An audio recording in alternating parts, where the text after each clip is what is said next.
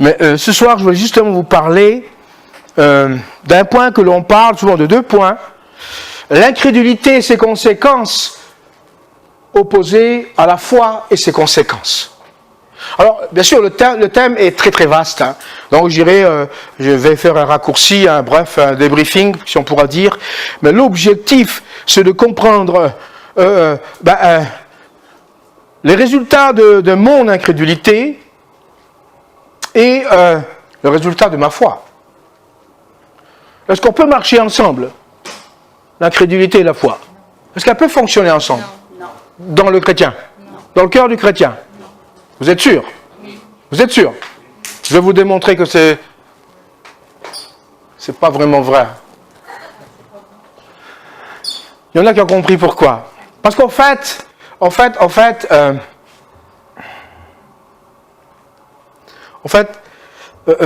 nous croyons en Dieu. Nous croyons que Jésus est mort sur la croix, qu'il a donné sa vie pour nous, nous croyons à la parole de Dieu, la Bible, etc. Nous croyons aux Saintes Écritures, à la vie de Jésus sur terre, au Saint-Esprit, etc., etc. Mais le fait, c'est quand nous croyons tout cela. Mais ça, c'est dans le contexte où c'est dans la Bible, etc. Mais quand ça concerne notre vie, nos défis, alors on est un peu moins enthousiasme. Parce qu'on a toujours tendance, en tant qu'humain, de regarder avec nos yeux charnels nos défis ou nos combats. Et ça, c'est tous, de toute façon. Vous comprenez? Et on est sujet à se lamenter de nos situations un peu négatives, quelque part. Ou alors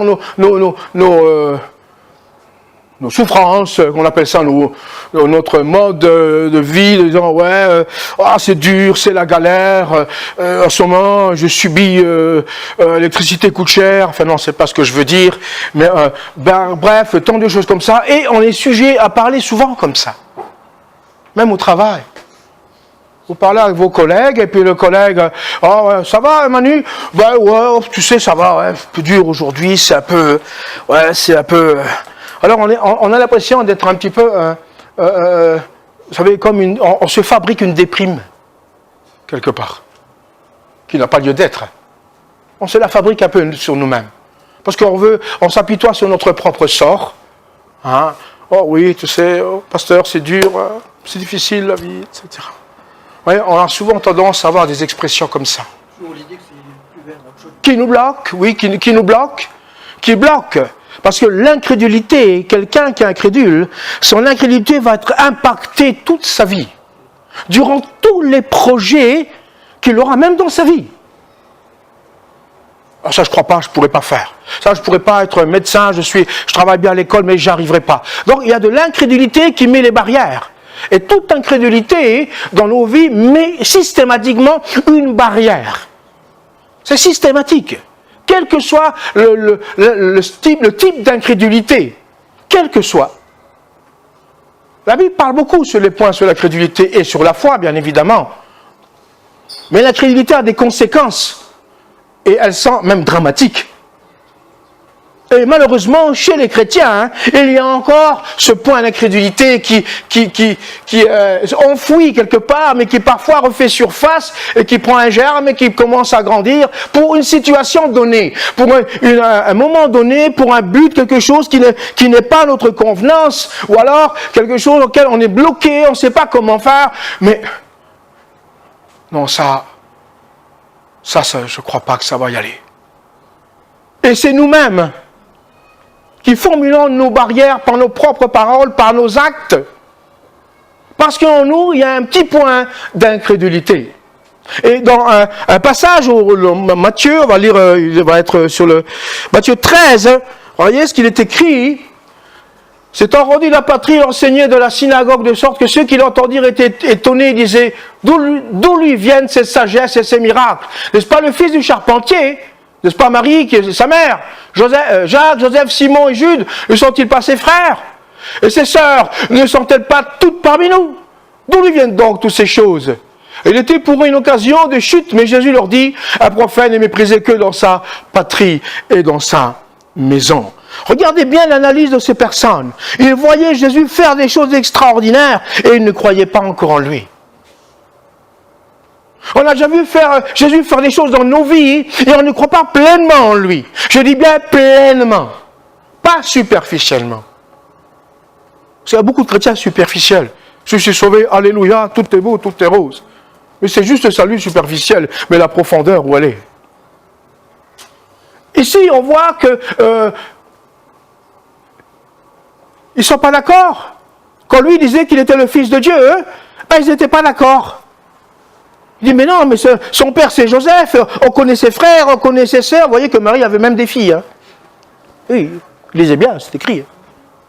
Ses sœurs. Donc Marie avait des filles. Non? Ah, vous ne saviez pas. Il faut lire entre les lignes.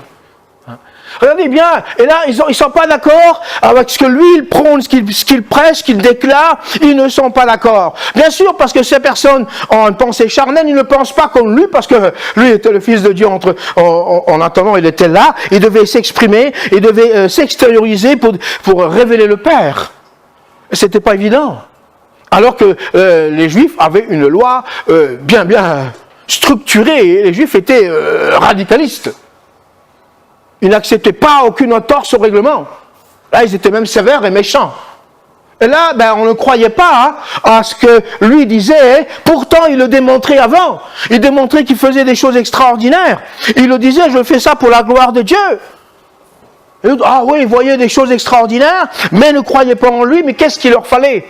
Qu'est-ce qu'il leur fallait? Peut-être que je parle de la foi et des conséquences, la crédulité et les conséquences, tu as de la foi, mais si tu as limité ta foi, le reste c'est quoi? Si ta foi elle est comme ça, le reste c'est quoi? C'est la crédulité. Je suis désolé. Une foi non limite, la foi, tu n'as pas à fixer toi-même les limites de ta propre foi. Ah oui, mais tu sais, là, pasteur, c'est quand même dur, hein. Là, ma situation, tu sais, j'ai prié, reprié, triprié, on a prié pour moi et ça ne change pas, mais là, je suis, Jésus te dit, mais où est ta foi? La foi a des conséquences, toujours. L'incrédulité a des conséquences, toujours. Vers le bas, la crédulité, la foi vers le Dieu. Alors c'est pour ça que nous avons parfois ces difficultés dans notre vie de croître, d'avancer, de persévérer, de progresser dans la vie chrétienne.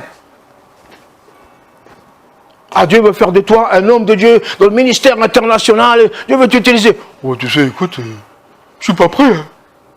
Mais il t'a pas dit que tu dois être prêt. Il dit qu'il veut que tu fasses.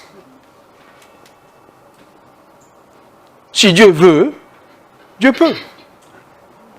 Mais ça ne dépend pas de lui, ça dépend de toi. Dieu veut t'utiliser, mais ça dépendra de toi. Dieu veut sauver ta vie de l'enfer, ça dépendra de toi. Parce que le choix nous est donné. Dieu veut pardonner tes péchés, cela dépend de toi. Pas de Dieu, de toi. Et la solution, elle est en Dieu. La solution, elle est en Christ. Et là, regardez, malgré ce que Jésus faisait pour démontrer qu'il était le Fils de Dieu, on ne croyait pas en lui. Aujourd'hui, le monde n'est pas mieux. N'est pas mieux. Moi, j'ai vu beaucoup de gens qui ont été guéris, et ils ne sont pas convertis, ils n'ont pas accepté Jésus. Ils sont restés guéris. Dieu est un Dieu bon. C'est drôle.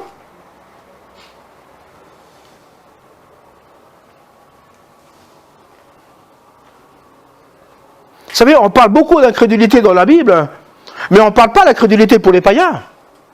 On parle d'incrédulité sur les religieux. Aujourd'hui, même dans les évangiles, dans les actes, dans les épîtres de Paul parle de l'incrédulité sur les chrétiens. C'est autre chose. Vous analysez tous les textes, on ne va pas le faire ce soir parce que ça serait trop long, mais la réalité, elle est là. Nous, on croit toujours, comme j'ai dit tout à l'heure, Dieu est bon, Dieu est merveilleux, Dieu est grâce, Dieu est amour, ceci, Dieu cela, Dieu est compassion, Dieu est miséricordieux, etc. Alléluia. Mais quand une épreuve arrive dans ma vie, quand une épreuve, un défi se présente, une situation de santé ou je ne sais pas quoi, ou peu importe tant d'autres domaines qui peut nous percuter, qui peut nous toucher, même par rapport au familial, le couple, le relationnel, les enfants, ou bref, ou les parents, etc., il y a quelque chose qui ne va pas. Alors on se dit, mais tout ça, on a l'impression que ça s'effondre en quelques instants.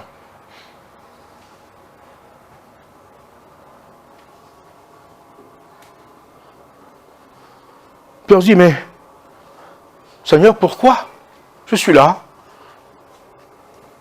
On se pose la question, est-ce que là tu vas me relever?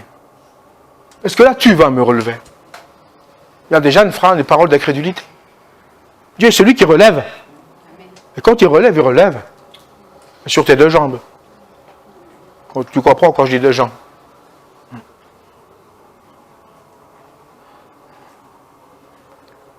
À cause de ces personnes qui étaient incrédules, ils voyaient les miracles que Jésus faisait, mais ils ne voulaient pas accepter ce qu'il était. Ils ne voulaient pas accepter ce que lui était, alors qu'ils voyaient, il apportait un témoignage de vraiment ce qu'il démontrait, d'où il venait. Je fais les affaires de mon Père, je vous montre ceci. Mais ils ne voulaient pas accepter.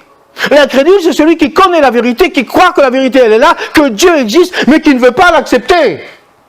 C'est ça, un incrédule. C'est pas un ignorant qui ne sait pas où Dieu existe ou quoi. C'est pas ça, l'incrédule. L'incrédule, c'est celui qui connaît la vérité et qui ne veut pas la prendre, se l'accaparer. L'incrédule, c'est ça. Ah, je suis malade, c'est héréditaire. Le médecin, il a dit. Le médecin, il a dit, c'est héréditaire. C'est normal. Seigneur, c'est héréditaire. Oui.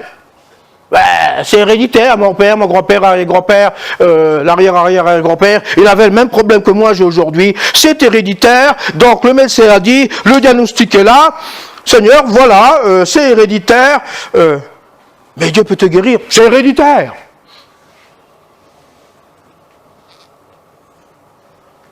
Mais on prononce nous-mêmes parfois des paroles d'incrédulité sans s'en rendre compte.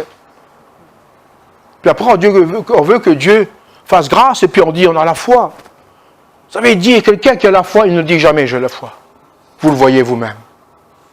Vous voyez la personne, une personne de foi, vous la voyez vous-même. Pas besoin de dire moi j'ai la foi, j'ai la foi. Ouais. Dans la ville de foi. Regardez dans Hébreux 4.2, regardez ce qui est écrit. Regardez. Car cette bonne nouvelle a été annoncée aussi bien qu'à eux, mais la parole qui leur fut annoncée ne leur servit de rien parce qu'elle ne trouva pas de foi chez ceux qui l'entendent dire. Quand tu entres dans un point d'incrédulité, la parole de Dieu n'aura aucun effet sur toi. Rien. Ce n'est plus la parole de Dieu, ça devient un livre. À cause de l'incrédulité qui entre dans le cœur. Même que tu crois en Dieu. Même que tu pries, même que tu lis la Bible, comme je le disais tout à l'heure, tu vas la lire, mais tu lis l'histoire, quelle belle histoire. Mais pour toi, la Bible dit toujours c'est bien pour les autres. Oh, quelle belle histoire de Daniel, dans la fosse au lion, on peut donner des interprétations, l'épreuve, machin, tout ça, etc. Mais quand c'est toi, oh, moi je suis pas Daniel, hein. Seigneur, je suis ton enfant, voilà, moi je suis là, en attendant. Qu'est-ce qui naît souvent? Un soupçon d'incrédulité.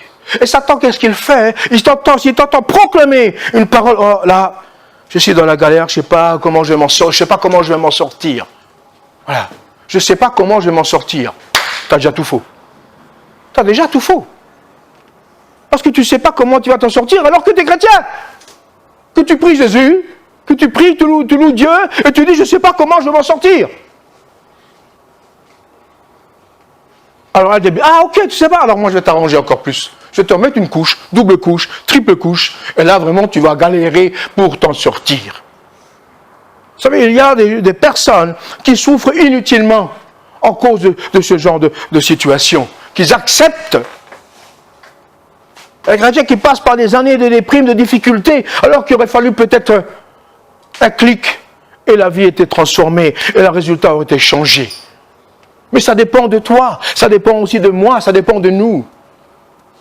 Dieu a mis tout en œuvre, tout exposé pour être Un enfant béni qui vit dans la gloire, malgré les difficultés, les épreuves, les tests, les épreuves sont faites toujours pour grandir. Ce n'est pas fait pour te détruire. Les défis sont faits pour que ta foi soit affermie. C'est comme ça. Alléluia. Mais quand on parle d'incrédulité, là on entre dans un autre terrain. Satan, il sait que Dieu existe, il le connaît, il l'a vu. Et les anges et tout ce qui s'ensuit. La Bible dit qu'il croit, mais il n'obéit pas, bien sûr. Mais il sait que ça existe. Et il sait que Dieu est puissant, il peut faire des choses exceptionnelles, qu'on n'en a pas idée. Mais nous, en tant qu'enfants de Dieu, quand ça touche à nous, alors là, on commence à se lamenter sur notre propre sort. Et on reste comme ça, pantois, Seigneur, qu'il te soit fait selon ta volonté. C'est pas là qu'il faut dire qu'il te soit fait selon ta volonté. C'est là qu'il faut dire, Seigneur, je suis face à un défi, face à une situation difficile, je décide d'agir par la foi, parce que je crois que tu es mon rémunérateur. Je crois que tu m'exauces, quelle que soit la situation. Je crois que tu vas répondre et que tu y réponds. Et je crois que ma vie va changer. Je refuse de vivre dans une incrédulité qui m'affaiblit, qui me détruit complètement, qui m'éloigne de Dieu. Et là, c'est là un combat de chacun. On parle des conséquences. Il y en a deux, sur la foi et l'incrédulité. Rappelez-vous, dans Jean 11, 16, je ne sais pas si je l'ai mis, Thomas, lui, un courageux. Thomas, lui, qu'est-ce qu'il dit? Il parlait de Jésus qui était ressuscité, ou qu'il allait mourir. Allons mourir avec lui. C'est Thomas qui dit ça. Regardez ce qu'il dit, allons mourir avec lui. Mais il est courageux, Thomas. Les autres n'avaient pas envie de mourir, peut-être. Mais lui, on y va, les gars, on y va. Il va donner sa vie pour nous. Alors nous, on va avec lui, on va mourir avec lui, tous ensemble. Regardez ce qu'il dit. Allons aussi afin de mourir avec lui. C'est ce qu'il dit. On voit un Thomas courageux. Thomas, un homme de foi. Parce qu'il a compris qu'il y a la résurrection aussi. Mais après, il y a des choses, après dans sa vie, ça change. Regardez ce qui se passe après.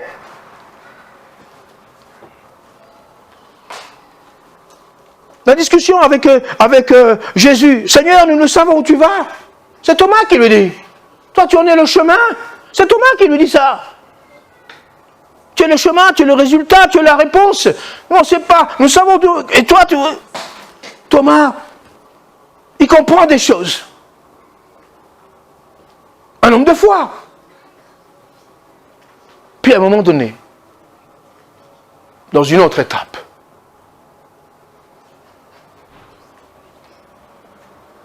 Jésus, ressuscité, mort sur la croix et ressuscité, se présente aux disciples. Puis Thomas, il n'est pas là. Il est à la pêche. Je ne sais pas où il était. Peut-être jouer au bowling, je ne sais pas. Ou faire des courses. Il n'est pas là, qu'on croit que les absents ont toujours tort. C'est pour ça qu'il faut venir à l'église souvent. Et les disciples, Jésus apparaît par rapport aux disciples, sont réjouis, etc. Ils voient le maître. Et ses disciples lui amènent un témoignage à Thomas. Et là, pour Thomas, c'est trop. Non, c'est pas possible. Non. Voyez jusqu'où allait la foi de Thomas? Jusqu'à la mort de Jésus. Mourir pour nous, mais la résurrection, non, c'est trop. C'est pas possible. Comment? Et les disciples, ils l'ont vu. Alors lui, peut-être parce qu'il était jaloux de ne pas être là. Peut-être, supposition. Mais je ne crois pas trop, parce que Jésus lui donne la réponse. Et pour lui, ça dépasse les limites de l'entendement. Ça dépasse les limites, il dit non, c'est pas possible. Vous l'avez vu? Moi je l'ai vu, oui on l'a vu. Et toi tu n'étais pas là, tu aurais dû être là. On a passé des bons moments ensemble, tu vois, tu aurais dû venir, on a fait un culte avec Jésus, on a loué, on a chanté Dieu, toi tu étais absent, dommage. Ça c'est ceux qui ne vont pas souvent à l'église. Je passe un message en même temps. Et lui il dit non, je ne peux pas croire à ça. Je ne peux pas croire à ça. je veux le voir comme vous l'avez vu. Ce n'est pas une question de foi. Et vous voulez le voir à cause d'incrédulité. Ce n'est pas que vous voulez le voir par la foi. Vous voulez le voir parce qu'en fait, il ne croyait pas ses copains. Il ne croyait pas ses amis. Vous me racontez une blague. Peut-être que c'était le 1er avril, c'est la période. Ah, si je ne mets pas mon doigt du côté, si je ne mets pas mon doigt là, je ne croirai pas. Parce que pour Thomas, c'est trop. Et pour nous, parfois, par rapport à une situation, on a l'impression que Dieu n'intervient jamais, qu'il n'intervient pas. On est 1 mois, 2 mois, 3 mois dans une demande de Dieu, 6 mois, 1 an, ça ne bouge pas, on croit que Dieu n'intervient plus. Vous savez, Dieu, même s'il est en retard, il répond toujours à l'heure. Ça, vous devez le savoir. Mais il répond à son heure et à son temps. Mais Dieu répond. Répond. Et s'il répond dans 6 mois, il sait pourquoi il répond dans 6 mois, même si toi, tu ne sais pas. Mais lui sait. Et croyez-moi, il ne se trompe pas. Et là, au moment-là, une deuxième fois, ils sont ensemble, là, et la Bible dit que Thomas est avec eux. Et Jésus, il rentre. Salut les gars, c'est moi. Qu'est-ce qu'on mange ce soir? Donc, c'était c'était quoi? C'était une choucroute, à l'alsacienne. Ah, ils ne mangent pas de porc, eux. Et là, qu'est-ce qui se passe? Tout de suite, Jésus s'adresse à Thomas. Il dit, soyez en paix. Après, il dit, Thomas, viens voir ici. Pourtant, Jésus n'était pas là quand Thomas a dit qu'il ne croyait pas. Hein? Mais Jésus a des grandes oreilles. Des très très grandes oreilles. On ne les voit pas, mais c'est des grandes oreilles, il entend tout. Jusque dans les profondeurs de ton cœur, il entend. Mais il t'entend parce qu'il t'aime. Il veut te donner le meilleur. Et il dit, Thomas, viens voir. Viens voir. Qu'est-ce que tu as dit de moi, là? Et Thomas, mets ta main, là. Mets ton doigt ici, là. Fais ça. Il a dit, sois pas incrédule. Vous voyez? Thomas était devenu incrédule parce qu'il n'acceptait pas la résurrection. Vous voyez, sa foi avait des limites. Parce que Thomas était un disciple qui est parti en mission. Hein? Ils sont partis les apôtres en mission. Prêchaient l'évangile, les démons étaient soumis, etc. Il faisait partie de l'équipe. Non? Ou il était peut-être troisième mi-temps. Oui, il faisait partie de l'équipe. Et il a fait des choses extraordinaires, parce que Jésus leur avait donné autorité. Et ce que nous faisons aujourd'hui, parce que l'autorité est la même. Mais là, pour Thomas, c'était trop. Non, c'est trop. Et là, Jésus ne le condamne pas. Ne lui fait pas une reproche. Il lui dit, Thomas, ça ne sert à rien que tu restes dans cette position. Je suis là. Je suis bien ressuscité. C'est bien moi, Thomas. En fait, Jésus voulait dire, tu vois comme je t'aime.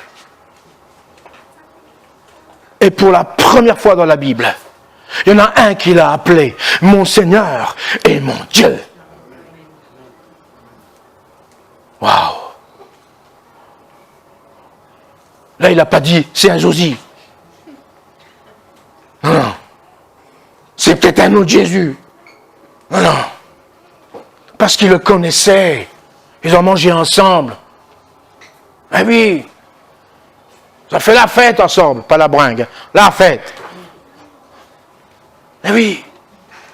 Et là, le voile que Thomas avait, paf, est tombé net. Mais il a fallu que Jésus se présente.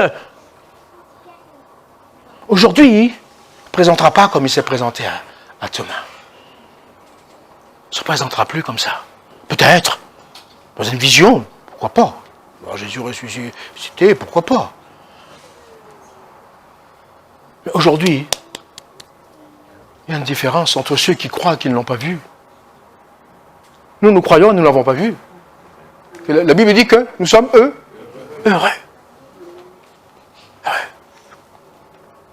Et là, au moment-là, l'incrédulité de Thomas, elle est tombée par terre. Et il s'est humilié devant le Seigneur. Il a reconnu qu'il était son Seigneur. Il a dit, mon Seigneur, et tu es mon Dieu. Il l'a reconnu. Lui. Celui qui était incrédule quelques instants avant. Quelques temps avant qu'il dise avec ses collègues, ses frères, non, il n'y croyait pas. Et là, boum. Et Jésus ne lui a pas fait un sermon pentecôtiste. Non, non, spirituellement. Non, il a dit, Thomas, regarde, viens voir. Alors sois pas incrédule, mais crois que Jésus est ressuscité.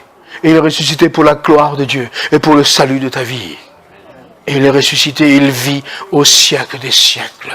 C'est pour ça qu'on loue un Dieu vivant, pas un Dieu mort, un Jésus ressuscité. Un mort, vous pouvez le louer tant que vous voulez, il sera mort, il restera mort, et il ne vous fera rien parce qu'il est mort. Mais un vivant vous répondra. Et Jésus est vivant. Amen. Alléluia. Amen. Gloire à Dieu. Ah, quel super passage avec Thomas.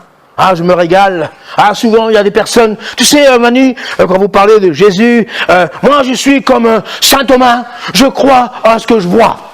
Ils me disent tout ça, certains. Et moi, je dis, ah ouais, tu as déjà vu Saint Thomas? Mais ben non. Et alors, Saint Thomas, tu crois. Mais Jésus, tu crois pas. Il y a un problème, garçon. C'est comme ça qu'il faut le répondre. Même au cardiologue, je lui dis le coup. Il me fait, ah ouais, c'est vrai. Hein. Alors, monsieur le cardiologue, hein? Ils vont mon prénom c'est Jésus. Hein. C'est vrai, hein? Pour ceux qui ne savent pas. C'est Jésus Emmanuel. Hein. Oui, vous voyez, les gens parlent de manière erronée. Ah, certains, j'aurais fait un cours là-dessus, je me rappellerai. Ils me parlaient comme ça, ils soutenaient que oh, moi je crois à ce que je vois. Je fais, mais en fait, tu connais, hein, quelques années en arrière, l'histoire de Napoléon. Oh ouais, Napoléon! Je fais, tu l'as vu, Napoléon? Je fais, non, mais on parle de lui. Ah oui, on parle de lui. Ouais. Et l'histoire de Saint Thomas, comme tu dis, Saint Thomas. Tu l'as vu, Saint Thomas? Ah non, non, mais on parle de lui. Ouais. Moi, je te parle de Jésus.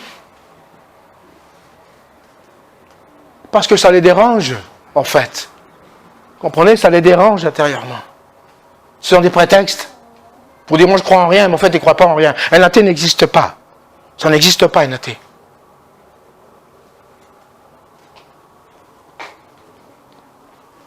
Ça, c'est deux jeunes qui discutent entre eux. Et puis, il y en a un, il dit, tu sais, moi je suis athée, mais je crois en rien. En rien. Alors l'autre à côté lui dit, tu crois en rien? Mais tu as lu la Bible? Non, non. Tu as lu le Coran? Non, non. Mais tu as lu le bouddhisme alors? Ah non, non, non. Mais t'es pas athée, t'es ignorant.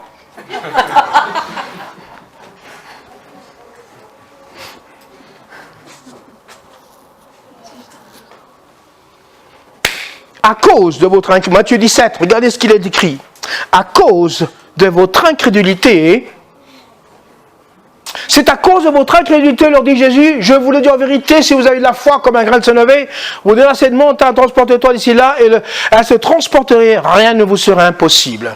Les conséquences de la foi fait changer la situation de ta vie. Les conséquences de l'incrédulité te mènent devant la montagne et tu es bloqué. Tu dis, c'est pas possible, la montagne, elle est trop grosse. Il y en a, ils ont un petit problème, mais quand ils parlent de leur problème, on a l'impression que c'est toute la terre qui est devant eux. Moi, je connais des personnes qui ont des problèmes de santé, mais ils connaissent leur maladie du bout des doigts, ils ne sont pas médecins. Je leur dis, mais tu es médecin? Je dis, non, non, non, ils connaissent leur maladie du bout des doigts, tous les médicaments. Je dis, tu sais, si tu connaissais la Bible, à la place de ça, je crois que tu serais dans une autre situation. Ah, mais c'est incroyable, parce que ça s'accroche. Les choses-là, parce que pour eux, il n'y a pas de situation, il n'y a pas de solution, et on est face à cette montagne. Et j'ai dit, c'est à cause de votre incrédulité, c'est à cause de votre incrédulité, leur dit Jésus. Mais je vous dis, moi, si vous croyez, si vous avez de la foi, vos soucis, vos problèmes, vos situations seront changées, parce que votre foi fera changer votre vie. Amen. Mais c'est votre foi, c'est pas la mienne, il dit Jésus. Votre foi en moi. Et il dit, je vous le dis, si vous faites comme ça, pour Thomas, c'était bon, mais jusqu'à la résurrection, c'était pas possible. un voile, comme j'ai dit tout à l'heure, est tombé. Souvent, beaucoup de chrétiens sont voilés par rapport à ça. Ils ne se rendent même pas compte que dans leur vie, il y a de l'incrédulité. C'est ça le voile. Ne pas voir le problème. Être voilé. Comprenez ça? Un voile d'esprit spirituel dans leurs yeux, et ils ne comprennent pas pourquoi, et ils pensent que, et ils se donnent mille et mille une raison pour trouver une explication à leur situation. Mais ça ne change pas. Ça ne change pas pour autant. Alors que Jésus dit, si tu dis à ce problème, ou à cette situation, tu lui dis, hey, tu n'as rien à faire dans ma vie. Par exemple, je vais prendre le mot peur. Peur. Il y en a qui ont peur. Il y a des chrétiens, hein, ils intercèdent contre les armées du diable à fond. Ils ont peur du noir quand on est à la lumière. Bon, je veux bien. Le noir ne tue personne. La lumière, vous éteignez, ça ne fait pas de mal. D'accord? Ça ne fait pas de mal. Ah oui. Il y en a qui ont peur. Là, ils ont besoin d'une petite lumière. Ouais. Là, ils ont besoin d'une petite lumière. Sinon, le noir, ils ont peur du noir. Non, mais vous rendez-vous compte? Et après, ils sont chrétiens, alléluia, gloire à Dieu. Hein? Imaginez quand il n'y a pas d'électricité, le gars. Et puis il se retrouve dans la cave. Ah, je le plains, le mec, il fait une attaque. Je parle du mot peur. Hein? Vous savez, la peur, si vous nourrissez la peur, vous avez même peur d'aller au travail. Et ça devient une souffrance. Une souffrance qui paralyse votre vie, même votre psychique, qui paralyse votre mental. Peur de ceci. Il y en a qui n'ont jamais passé le permis de voiture parce qu'ils ont peur de faire un accident en voiture. Pourtant, ils sont toujours du côté passager, où c'est là que les statistiques démontrent que c'est le plus dangereux. Ils n'ont pas le permis, ils n'ont pas le choix. J'ai une belle-sœur comme ça. Rosalba, c'est ma belle-sœur. Je lui dis, mais tu es dans la situation la plus dangereuse. Ouais. Mais comprenez? Et la peur va vous bloquer, va une entrave dans votre vie sur tous les domaines. Vous allez voir votre supérieur hiérarchique, vous avez peur. Commencez à trembler, à avoir peur dès qu'on vous parle de lui. Oui, mais je dois le voir. Et on commence à trembler. Et être paralysé, qu'est-ce qu'on fait? On ne va pas le voir. Et ma carrière peut être bloquée. À cause de la peur. On a un projet, hop, qui est devant nous, viable, un bon projet, la peur, le projet ne prendra pas vie.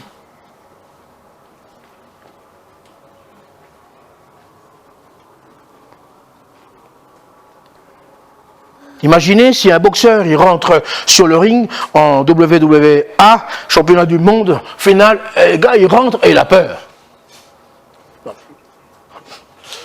Vous vous rendez compte? Il se met là, il met les gants et tout, puis je vais prendre une torgnole. Et il a peur.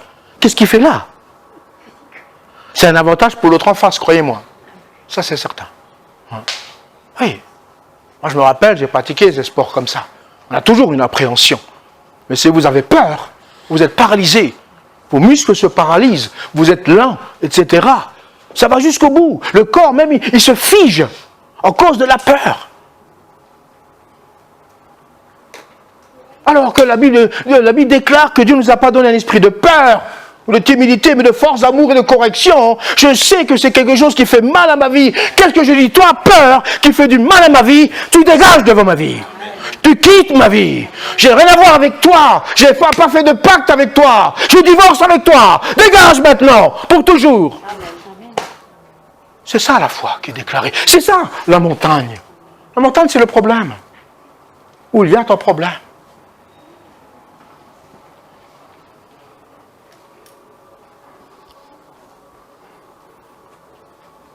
Et si je me donne des raisons, oui, j'ai peur parce que mon grand-père avait peur, mon arrière-arrière-grand-père avait peur, tout le monde avait peur dans la famille, donc c'est normal que j'ai peur, je vais vivre avec... Je suis condamné, j'ai entendu moi ce genre de propos, je suis condamné à vivre comme ça toute ma vie.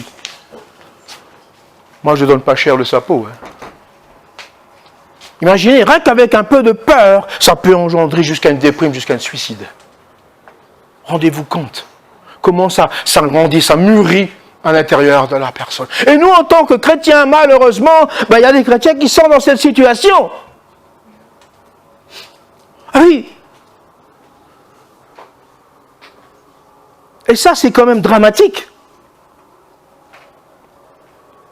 La peur t'emmènera vers le bas, vers la tombe. Mais la foi t'emmènera vers Dieu, dans sa présence. Te fera vivre la puissance et la parole de Dieu en toi. C'est là que la parole de Dieu devient un réma, qu'elle sort de la parole, elle sort et elle prend vie en toi, elle prend puissance. Et toi, tu la répercutes par rapport à ta vie, à ta fonction, à ta situation de ta vie. Et c'est là que tu vois que la parole de Dieu est efficace. Sinon, tu ne peux pas savoir. Ah si, tu l'as lu. Mais lire et vivre, ce n'est pas la même chose. Lire des textes de la Bible, apprendre des choses par cœur, la parole, ceci, bien sûr. La parole, ceci, réma, etc., etc. Vous savez, si vous lisez la Bible avec un problème, je parle sur le mot peur. Vous êtes envahi par la peur. Vous lisez la Bible. Vous ne lisez plus la Bible. Vous ne lisez pas la parole de Dieu. Vous lisez un livre. Parce que votre lecture va passer au travers la peur. Comprenez qui est en vous. Et quand Dieu vous répond, vous ne recevrez même pas la réponse parce que la peur va bloquer la réponse. Voyez jusqu'où ça peut aller. Je parle du j'ai dit le mot peur, revenons au mot incrédulité, qui est bien plus grave, mais les conséquences sont quasi les mêmes.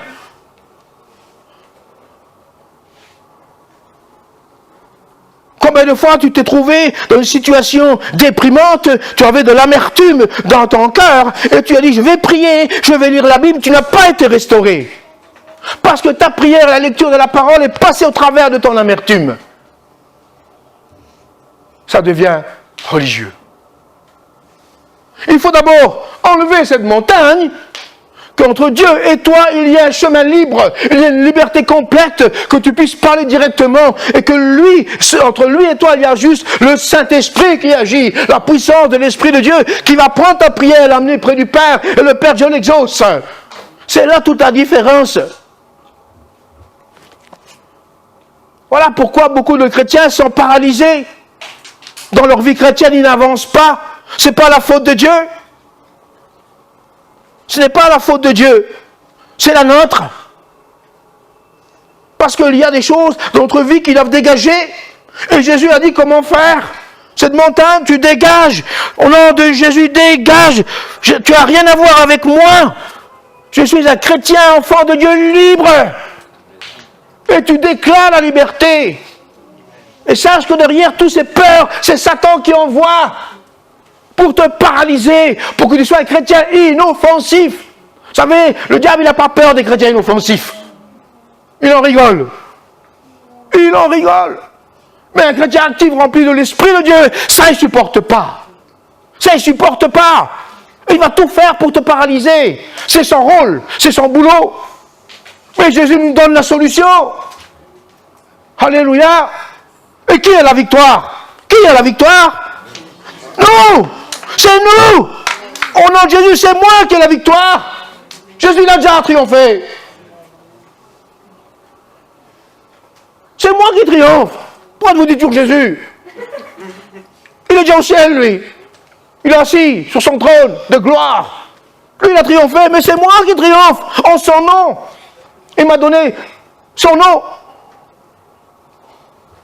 Voyez la différence, les conséquences de la foi qui libère ma vie, qui propulse ma vie vers la présence de Dieu. Les conséquences de la crédulité m'éloignent de Dieu et m'écrasent.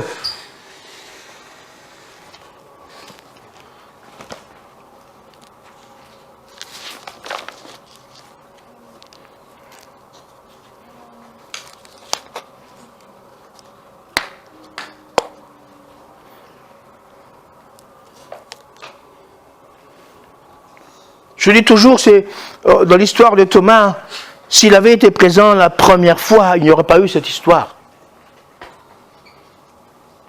Pourquoi il n'était pas là au moment-là? Jésus est apparu, bon bref, Jésus il aurait pu l'attendre quand même. Mais Jésus n'attend pas, il apparaît, il te parle quand il veut parler, c'est lui qui est Dieu. Comprenez? Et c'est ça, et quand Dieu parle, te fait du bien à ta vie. Il bouleverse, il change ta vie. Ce qui est impossible à nos yeux, Dieu la rend possible. Ça, c'est la foi qui commence à germer dans ton cœur. Mais la foi doit être un travail constant et progressif tous les jours de ta vie. Ce n'est pas quelque chose que tu as reçu pour la vie. C'est quelque chose que tu as, qui doit travailler tous les jours de ta vie. Ce n'est pas la même chose. C'est beaucoup de chrétiens n'ont pas compris ça. Oh, j'ai foi en Dieu. J'ai foi en Jésus. Je prie tous les jours. Et alors? Tu pries tous les jours et alors? Je lis la Bible tous les jours. Et alors? Je suis dans la galère. Mais tu dis quoi? Tu pries quoi? Ce n'est pas la faute de la Bible, ou de Dieu, ou de tes prières. C'est qu'il y a quelque chose qui doit être dégagé. Il faut libérer le chemin, il y a une entrave sur ton chemin. C'est une entrave sur ton chemin, ça te paralyse. Et quand tu avances, cette entrave, elle avance.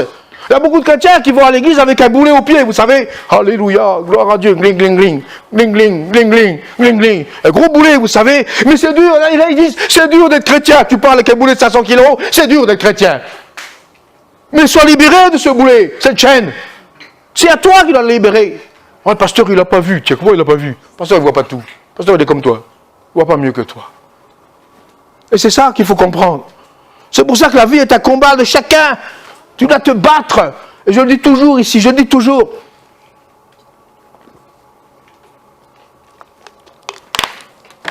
Pour en arriver ici, j'ai dû me battre. Vous croyez que le diable dit, bon, vas-y, je te laisse tranquille. Plaisantez ou quoi? J'ai dû me battre. Avec ma femme, on s'est battu.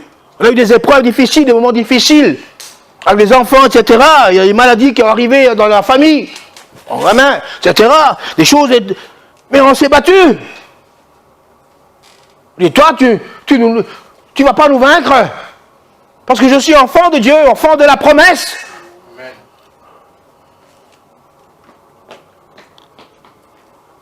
Et c'est pas fini encore. Il m'a jamais dit, il m'a jamais dit, écoute, je prends 6 mois de vacances, sois tranquille. Quand il dit ça, c'est un gros mensonge. C'est que le lendemain, il va t'en mettre une. Il va essayer. Hein? Je ne dis pas qu'il t'emmène systématiquement. Mais c'est ça.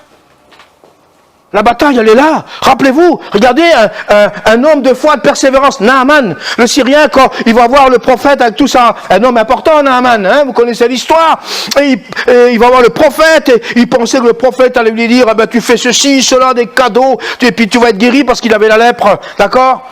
Et qu'est-ce qu'il dit le prophète? Va te jeter dans le... Combien de fois? 7 fois. Non mais, 7 fois, 7 fois dans le Jourdain. Il n'y avait pas de plongeoir. C'est pas écrit. Mais il était fâché, Naaman. Il a dit qu'il était fâché parce qu'il voulait que le prophète lui dise une parole, quelque chose qui donne des cadeaux, je ne sais pas quoi, parce qu'il avait de l'argent, il était bien placé, etc. Et heureusement que ses collaborateurs avec lui, ses sous-offres, hein, ils leur ont dit, non, mais écoute, ce qu'il t'a dit, c'est pas dur. Fais-le. Oui, c'est ça. Et ce qu'il t'a dit, c'est pas difficile. Tu dis 7 fois dans le Jourdain. Où est la complication? Ah ouais, mais tu te rends compte, 7 fois dans le Jourdain, je vais passer pour un idiot la 5e fois.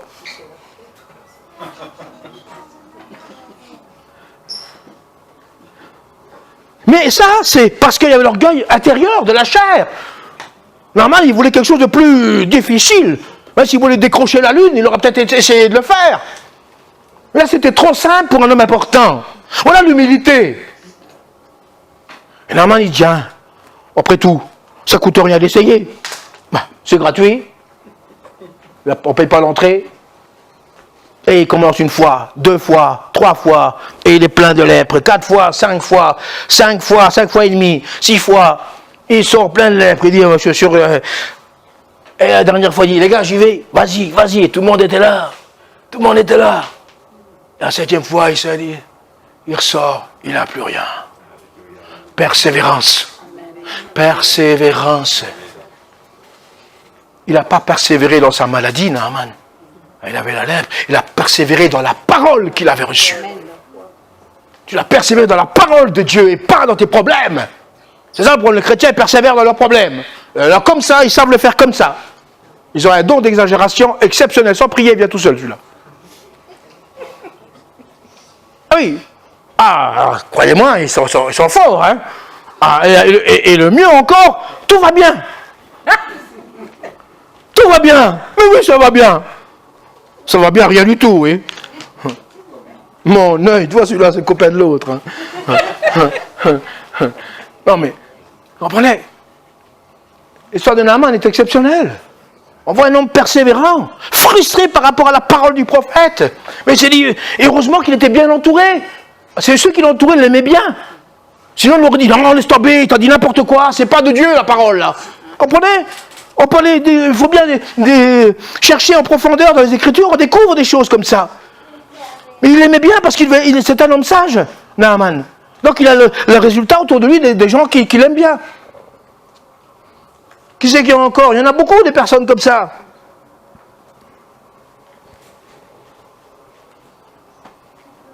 Oui, Abraham est un exemple aussi. Tant d'autres. Daniel, etc. Il y en a tellement. Ils ont persévéré. Et ils ont eu gain de cause. Christ est notre gain de cause. Il est ma récompense. Il est ma récompense. Alléluia. C'est ce que dit Jésus. Là, il le dit. Si vous avez de la foi comme un grain, il ne l'a pas demandé une foi énorme.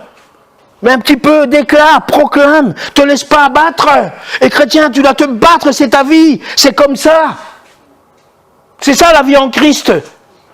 Je comprends les gens qui n'ont pas la foi, qui ne croient pas en Dieu, qui ne connaissent pas Dieu, je dirais plutôt. Ben, eux, ils n'ont pas la réponse, ils ne savent pas comment faire et ils cherchent partout.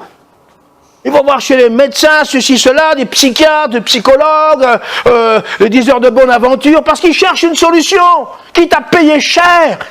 Et nous, chrétiens, on a la solution gratuite, on est en train de se plaindre et on attend des années pour aller auprès du Seigneur.